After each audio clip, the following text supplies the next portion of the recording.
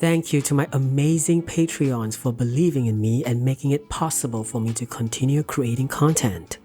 Your support not only keeps the channel going, but also allows me to explore new ideas, improve production quality, and share even more of what I'm passionate about. I truly couldn't have done this without my supporters. If you wish to be part of my Patreon, please go to this URL. A few days ago, I came across neocities.com, a website that, at least from the visual look of it, seems to want to bring back the let's have fun, anything goes website creation spirit of GeoCities back in the days. A time where you literally give the middle finger to those who want everyone to adhere to a set of rules on where and how navigation and content should be placed and displayed. For those of you who were there during the existence of GeoCities, no explanation needs to be done. For those who have never experienced it, imagine a time where website creation is still a very new thing, where there were no real set rules and/or standards. A time where creating a website of your own is as simple as opening Microsoft Front Page or Macromedia Dreamweaver. And the mission is to drag and drop as many GIF animations as you have access to into your web page, and you make it your life's mission to make the colors as loud as possible, and if it suits your fancy, make sure the text and background image fades into each other such that you will have to have perfect eyesight to be able to read anything, and then after that, you give it the final blow by adding blinking text here, there, and everywhere. Clearly, this is an exaggeration, but it was a time where people are free to experiment, with no fear of being judged for their design because the medium was still very new and everyone is discovering how best to do things alongside with you. Good times. To my surprise, I still have a few remnants of my very old tutorials and artworks in my dusty hard drives. And I have decided to spend a few hours linking them all up together to join in the spirit of this website for a while. Just for a while, before I have to fix it. And with that, it is time to dust off my Macromedia Studio 8 box set. Remember back in the days where you could still purchase box copies of your favorite software? If any of you know of a place in Singapore that sells vintage old box copies of softwares, please leave me some breadcrumbs for me to follow.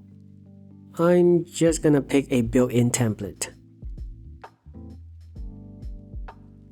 Frame set. Yes, let's do frame set like it's 1996. We'll fix it using AI later on, but for now, let's max out the nostalgia. Setting the background image and text color. What you see is what you get. Web editors were very popular back in the days. There are still good what you see is what you get editors available nowadays. But as web standards become more stringent, code-focused editors have become more commonplace.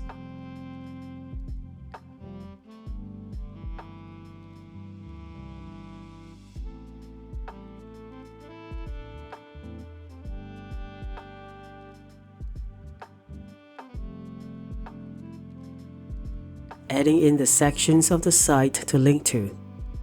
This is also where I incorporate old web tutorials that I've done in the past and begin the link up process.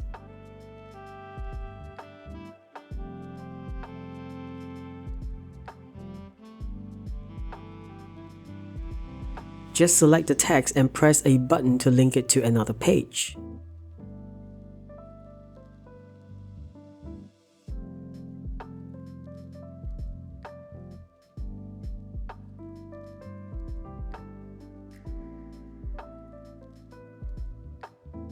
For the gallery page, all I need to do is drag and drop my 3D works into it and add a text description placeholder for when I feel like adding some descriptions at a later time. Dragging and dropping the website into completion. Don't you think there's a certain nostalgic beauty to the simplicity of yesteryear's web design tools? As of the creation of this video, Dreamweaver as a product still exists, but I haven't used its latest iteration yet. So if any of you are using the latest version of Dreamweaver, how is it now? And with that, the retro site is done. Drag and drop galore. I'm just gonna take a moment to enjoy this tribute to a bygone era. Just for a moment.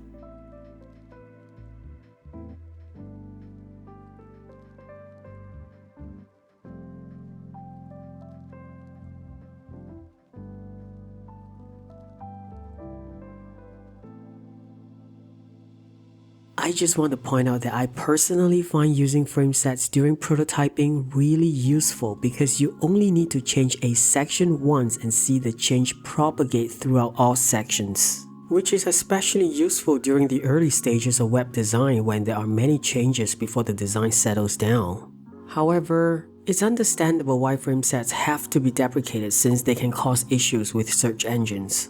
Sometimes you may be accidentally linked to the navigation section of a website instead of its main content. But even as I'm enjoying the moment, I couldn't help but realize how retro sites like this are not ready for the also-common mobile display devices that everyone and their grandmother have now. It is time to rewrite the site to make it mobile-friendly using AI. Let's get to it. For those of you who have never run your own local AI before, we can start with this very simple program called GPT-4All. There are quite a number of programs like this, each with their own special abilities and/or specific ease of use. But I really love this program because it is so easy to use for beginners. Let's download and install the program. After you have installed the program, this is what you will see. You will be presented with AI models that you can download and play with immediately. And if you have no idea what that means, just think of them as brains. Let's just use the default first one for your first entry into local AI.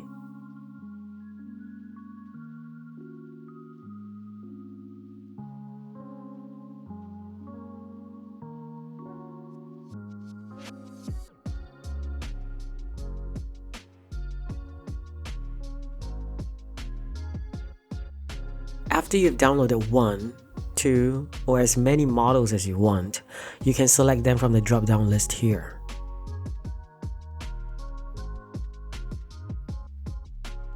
Okay, so this is how the old website created with Dreamweaver 8 in just a few minutes looks now. It's okay, and while creating this in Dreamweaver 8, the program allowed me to make changes pretty quickly and easily. I don't have to deal with any codes, and I appreciate that. Now it's time to see if the AI can make this site mobile-friendly on its own. I'll be trying 2 methods. The first being me telling the AI how I want the site to work and look. The second is just going to be me dumping the entire code into the AI and saying, "Good luck." Let's try the first method.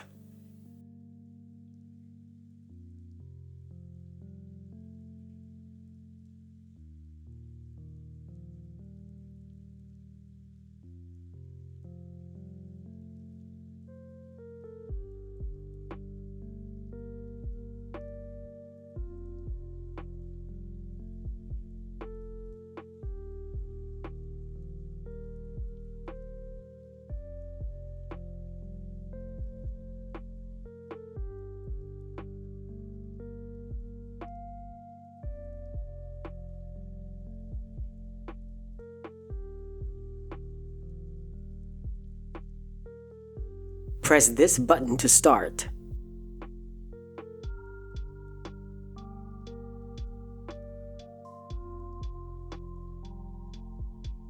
Here is a basic HTML and CSS structure for your responsive website with a hamburger menu. Okay, it has generated some code.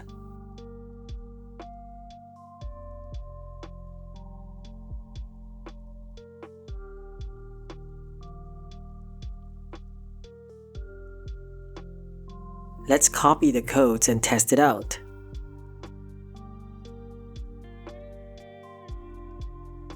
Ooh, the slide-in menu works. That's key. but there is no hamburger icon though.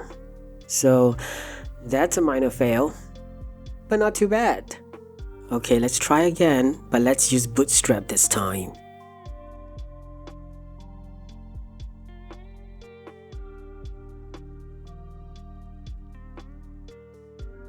Certainly. Here's an example of a responsive website with a hamburger menu using Bootstrap. Okay.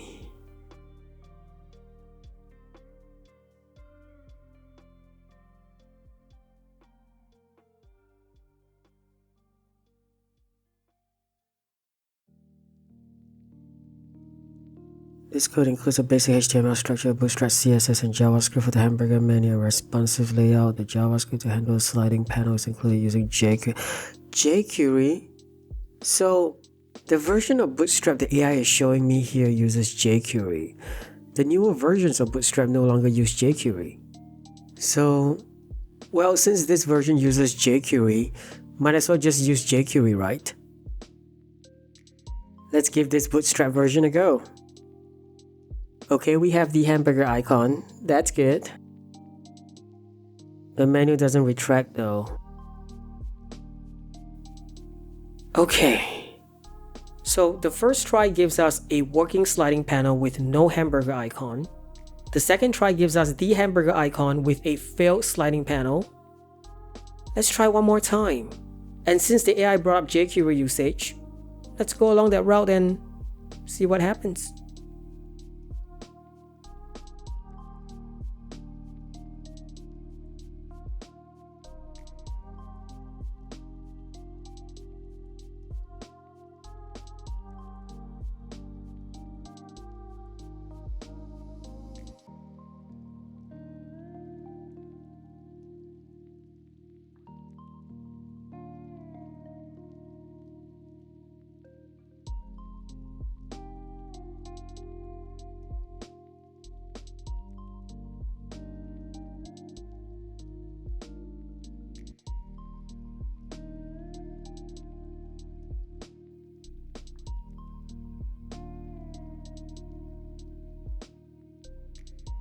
To create a jQuery mobile website with a sliding hamburger plugin.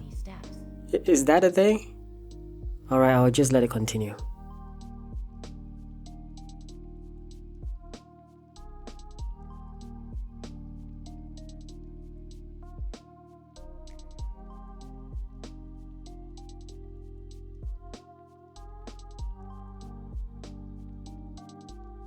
Well, it sure looks like it knows what it's doing. Let's see the result. What? This is it? Oh, this is the worst of them all. This is so terrible, it actually piqued my interest. Let's take a look at the code and see if it's just one or two lines of codes we have to fix. Just to make sure that I know what I'm doing, I have the jQuery mobile documentation on my second screen. It's not a lot of code. Fixing it should be easy. Let's check if this link works.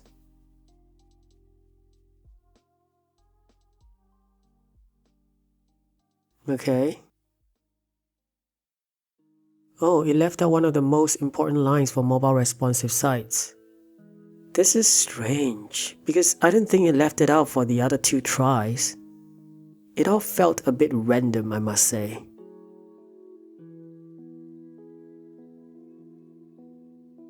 Refresh? No change.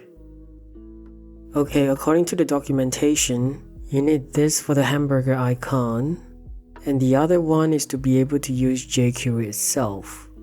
Why would this be left out? Refresh? No change. Okay, continue. Okay, this is the jQuery mobile framework itself. Let's see if this link is valid.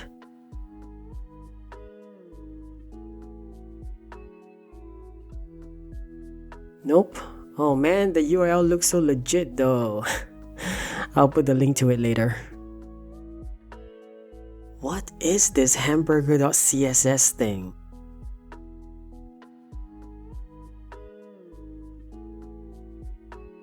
Yep, it's nonsense.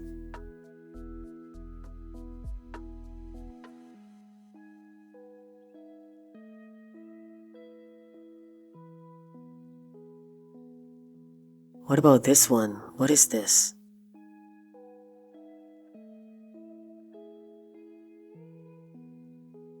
Another nonsense code again. Let's remove that too.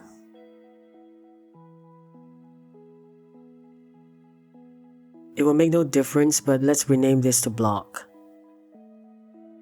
These comments are confusing to me. It's just extra lines of code I have to focus on. Not right now. Yeah, the class is wrong. Let's match the documentations.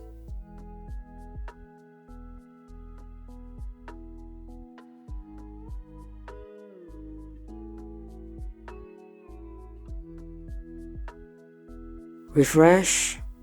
No change. Oh, it needs a main body.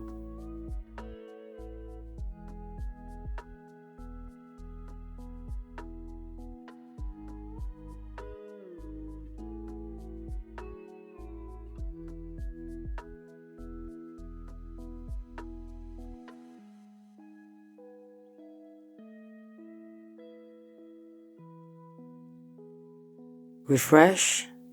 Okay, the main body is displayed. The links need to be hidden though. Let's bring this up.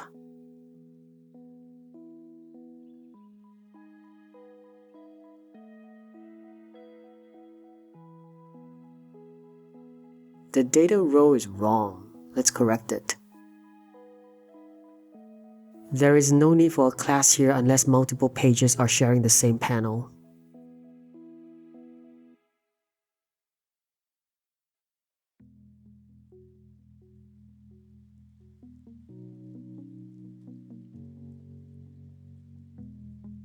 Let's set the style to overlay.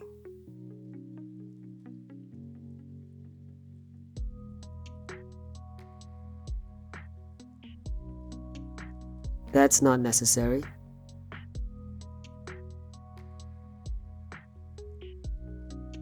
Data row button? No, if anything it should be UI button. But that's not even necessary, so let's just remove it.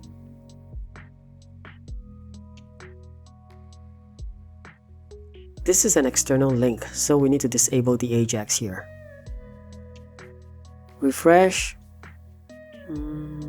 Oh right, I need to re-include the jQuery mobile link because an incorrect link was given previously. That should do it. Yes! Okay, now we just need to implement the hamburger button. All this are nonsense. Remove. The header will be where we implement the hamburger menu.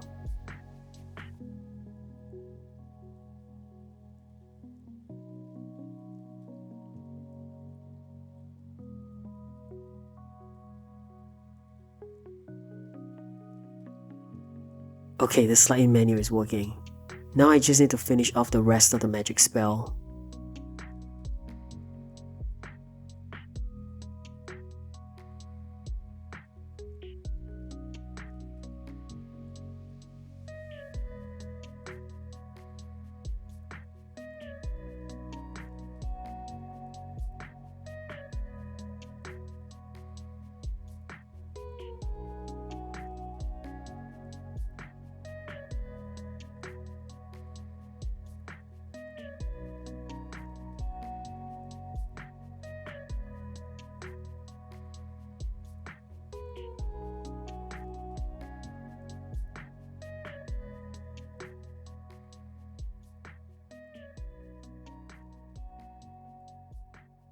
Yep, that's it.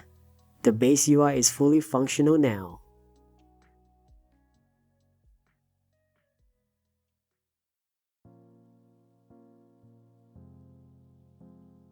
Okay, now we're gonna try to dump an entire single page site into the AI and just let it do its thing. Let's see what happens. Let's use a very simple example. This is from a very old tutorial of mine where I talked about how to model a pencil in 3D.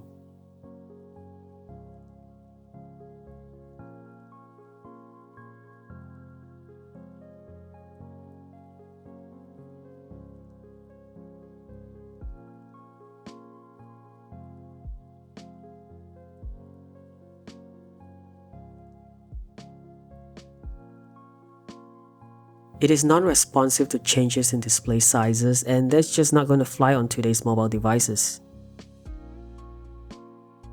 It's a very simple site, and as with most old websites, it was constructed with tables. Nothing wrong with that, it's just what we do back then.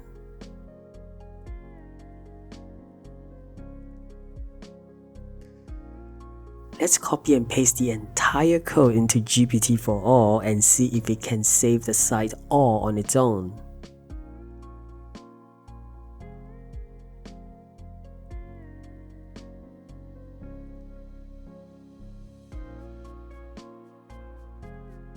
Let's go. To make this website mobile responsive, we need to use a flexible layout that adjusts based on screen size and orientation. We can achieve this by using CSS media queries to apply different styles for different device widths. Here's the updated code. Oh, out of context window. Too many tokens. I'm gonna have to use another program that gives me the ability to adjust the context window size. You can download this other program from this link. I'll talk about this on the next video if there are requests for it. Just let me know.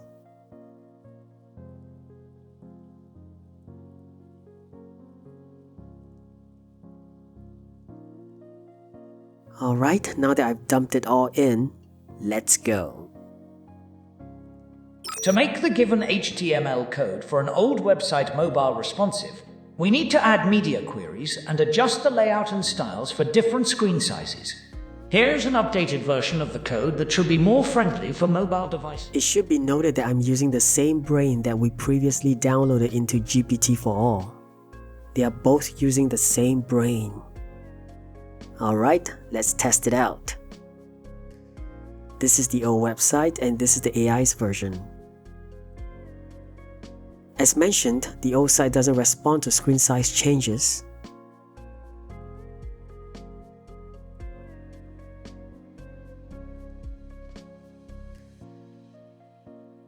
Now let's check out the AI version. That's key.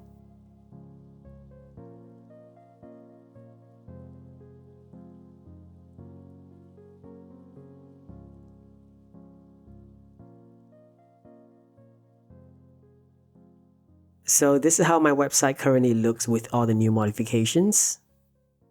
I still end up having to do most of the coding myself.